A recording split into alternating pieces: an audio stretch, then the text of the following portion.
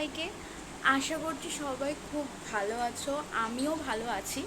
তো চলে এসেছি নতুন একটা ব্লগ নিয়ে। আজকে একটু বন্ধুদের সাথে বেরোবো, কোথায় যাব, কী জন্য যাব, সবটা তো তোমাদেরকে আমি শেয়ার করব।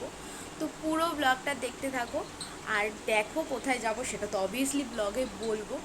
আর তার সাথে বলি, এখন বাইরে প্রচুর মেঘলা ওয়েদার, কিন্তু বলে না প্ল্যান করে রেখেছি, কতবার যে ফোন করেছে তার কোনো ঠিক নেই, প্ল্যান ক্যান্সেল হচ্ছে আবার প্ল্যান হচ্ছে, এরকম একটা ব্যাপার। আলটিমেটলি ঠিক করা হয়েছে বেরোবই, বৃষ্টি আসুক ঝড় আসুক বেরোবো, তারপরে যা হয় দেখা যাবে। বাইরের ভিউটা তোমাদেরকে দেখাই। আজকে আমরা যাচ্ছি সব বন্ধুরা মিলে। তো চলে এসেছে ও আমাকে আনতে। হ্যাঁ, মাথায় আছে ভিউ দেখাবো, দাঁড়াও দাঁড়াও যাক, আর একটু ভিউ তো দেখাবোই। তো আজকে যাচ্ছি আমরা হলো নামখানার ওপারে, সেটা হলো কাঁকড়া মেলা বলে একটা জায়গা আছে। মানে কাঁকড়া মেলা বলে জায়গা না, জায়গাটার নাম আছে কিছু একটা, কিন্তু মেলাটার নাম হলো কাঁকড়া মেলা, ওটাই দেখতে আমরা যাব। তো আমরা সব বন্ধুরা মিলেই যাচ্ছি। আর সেদিনকার ছিল খুব মেঘলা ওয়েদার, মানে বৃষ্টি হয়ে গেছে, তারপরে আমরা বেরিয়েছি। আর বৃষ্টি হয়ে গেছে বলে এরকম না, পরেও আবার বৃষ্টি হবে, মানে মেঘটা দেখে মনে হচ্ছে। আর বিশাল হাওয়া, ঠান্ডা হাওয়া, 4-5 দিন গরমের পর এরকম ওয়েদার, জাস্ট মানে কি বলবো, ব্যাপক একটা ওয়েদার হয়েছিল। আমি তো বলছি যে দেখ পরে কিন্তু বৃষ্টি হবেই। আর সত্যি কথা বলতে, পরে বৃষ্টি হোক আর না হোক, এই যে ওয়েদারটা না, আলাদাই লেভেলের একটা ওয়েদার। মানে ঠান্ডা ঠান্ডা হাওয়া, আর এর পরের ওয়েদারটা দেখো, মেঘটা শুধু দেখো। আর আমি চুল পুরো গুটিয়ে নিয়েছি, এত সেজে গুজে ছিলাম, চুলটাকে একবারে বেঁধে নিয়েছি, কারণ এত হাওয়া, চুল মানে ঘরে গেলে আর মানে ছাড়াতে আর হবে না, ছিঁড়ে সব হাতে নিয়ে আসতে হবে।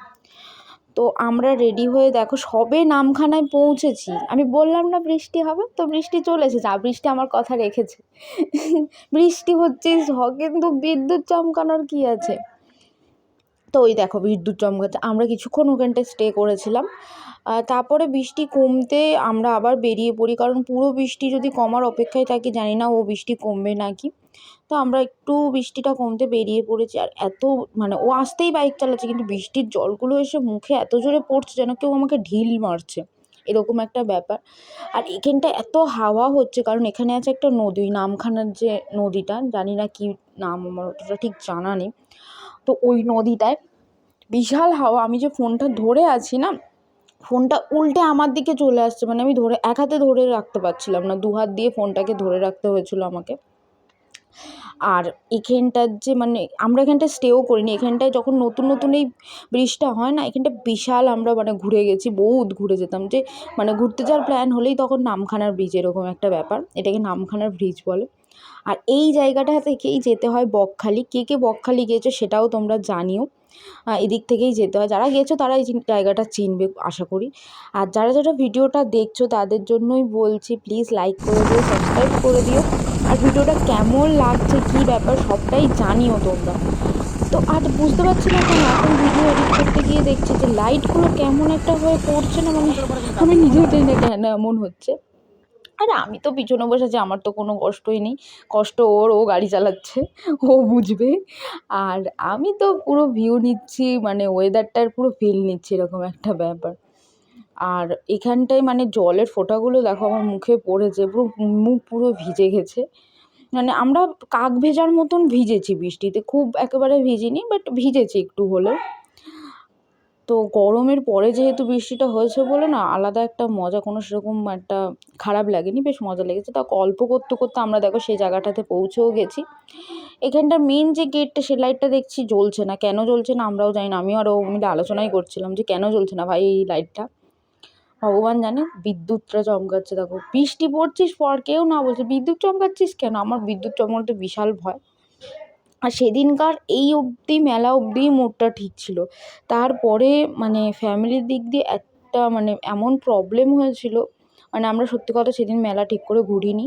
আমরা সঙ্গে সঙ্গে বাড়ি থেকে ফোন, যে মার শরীরটা খুব খারাপ। ওখান থেকেই আমরা লাস্টে ব্যাক করি। তো যেইটুকুনি ঘুরেছি সেটুকুনিই দেখাচ্ছে। আমি আর পরে সত্যি কথা বলতে ভিডিওটা কন্টিনিউ করতে পারিনি, কারণ কেউ যদি বলে ফোন করে যে মার শরীরটা খুব খারাপ, ঘরে আয়, আর আমার মা হুট করে ভেঙে পড়ার মানুষও না, যদি ওরম বলে আমার বিশাল ভয় লেগেছিলো। আমি ওখান থেকে মানে বন্ধুকে বলছি যে তাড়াতাড়ি চ, মার শরীরটা খুব খারাপ। তো দেখো তোমাদের সাথে গল্প করতে করতে মন্দিরেও পৌঁছে গেছি, এই মন্দিরেই পুজো হচ্ছে। আর এটা যতটা সম্ভব শীতলা মন্দির লেখা আছে, মানে আমি কত বুদ্ধিমান দেখো। আর কি কি ঠাকুর আছে সত্যি কথা আমার ঠিক জানা নেই, আমি উঠিও নি, কারণ আমার ওঠা এখন বারণ আছে, যেহেতু আমাদের কালাশুট চলছে। তো ওদেরকেই বলেছিলাম ভিডিওটা করে এনে দে, তো ওরাই এনে দিয়েছিলো। ওদেরকে আমি আবার জিজ্ঞেস করছি কি কি ঠাকুর আছে বল, ওরা নিজেরাই বলতে পারছেন, মানে কোন গাধা। তো ওখান থেকে তারপরে বেরিয়ে যাচ্ছি মেলার দিকে। মেলা, চলো তোমাদের মেলা দেখাই।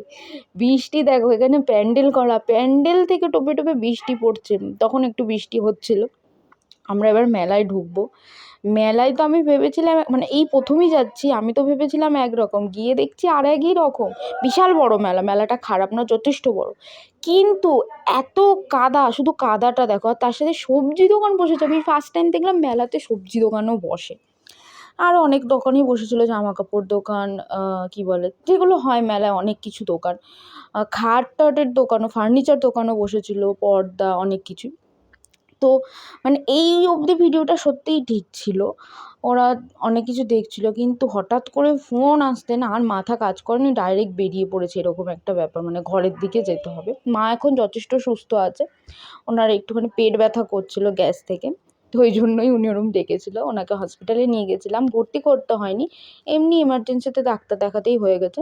আর আমাদের পায়ের অবস্থা, জুতোর অবস্থাটা শুধু দেখো, কাদাটা দেখো, মানে আমরা মনে হয় জুতোগুলো যদি ঘরে নিয়ে আসি, নিয়ে এসে যদি ঝাড়ি না ঠিক করে কাদাগুলো, সব কাদাতে মনে হচ্ছে আমাদের পুকুর ভরে যাবে, এরকম ব্যাপার। আর জুতোগুলোও সেই ভারী হয়ে গেছিলো, মানে নিজেই হাঁটতে পারছি না এরকম।